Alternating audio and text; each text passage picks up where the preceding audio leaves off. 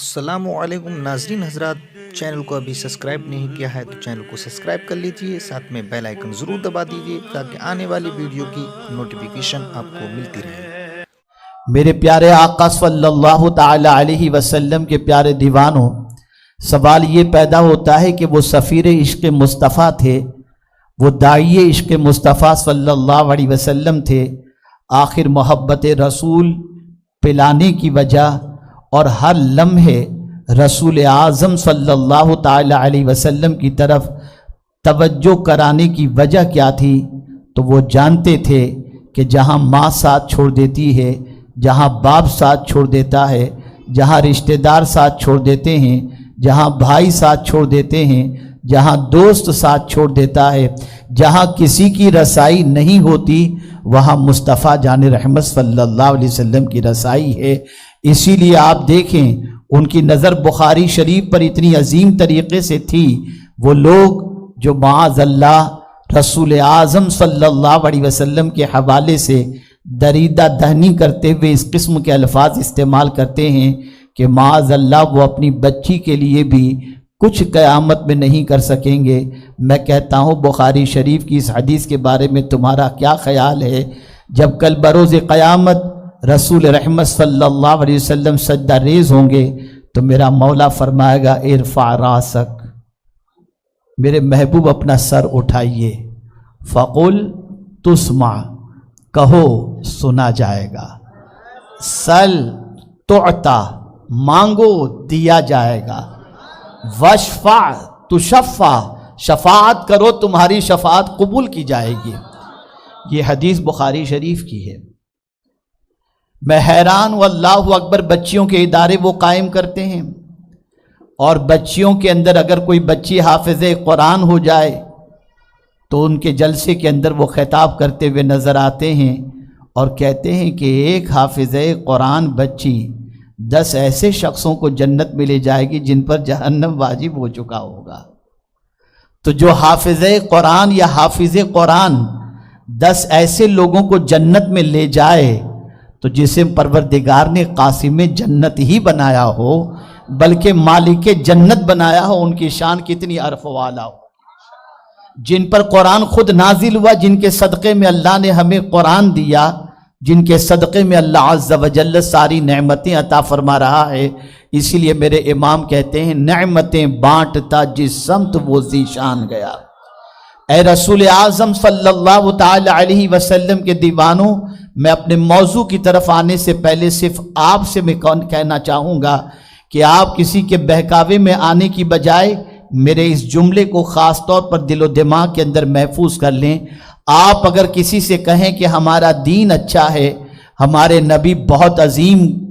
اختیار کے مالک ہیں اور ہم اس نبی کا کلمہ پڑھنے والے ہیں جو اللہ کے محبوب ہیں، جن کے صدقے میں اللہ نے ہمیں قرآن دیا، جن کے صدقے میں ہمیں رب قدیر ملا، جن کے صدقے میں ہمیں اسلام کی عظیم دولت ملی، آپ اگر کسی سے اس طریقے کی بات کہیں گے تو ممکن ہے اس کے سینے میں حضور کی عظمت بھی پیدا ہو اور اسلام کی عظمت بھی پیدا ہو۔ لیکن اگر آپ کسی سے یہ کہیں معاذ اللہ ثم معاذ اللہ، ہم اس نبی کے ماننے والے ہیں جو نبی اپنی بیٹی کے بھی کام نہیں آ سکتا، کس کے سینے میں اسلام کی محبت پیدا ہوگی؟ کس کے سینے میں رسول اعظم کی الفت پیدا ہوگی؟ میں حیران ہوں یہ کیسے لوگ ہیں کہ جو اس طریقے کی بکواس کرتے ہیں، وہ کہاں سے پڑھیں اور کیا پڑھے ہیں مجھے نہیں معلوم۔ ہاں البتہ اتنا میں ضرور کہوں گا کہ وہ ضرور اپنا ٹھکانہ جہنم میں بنا رہے ہیں جو مصطفیٰ جان رحمت صلی اللہ علیہ وسلم کو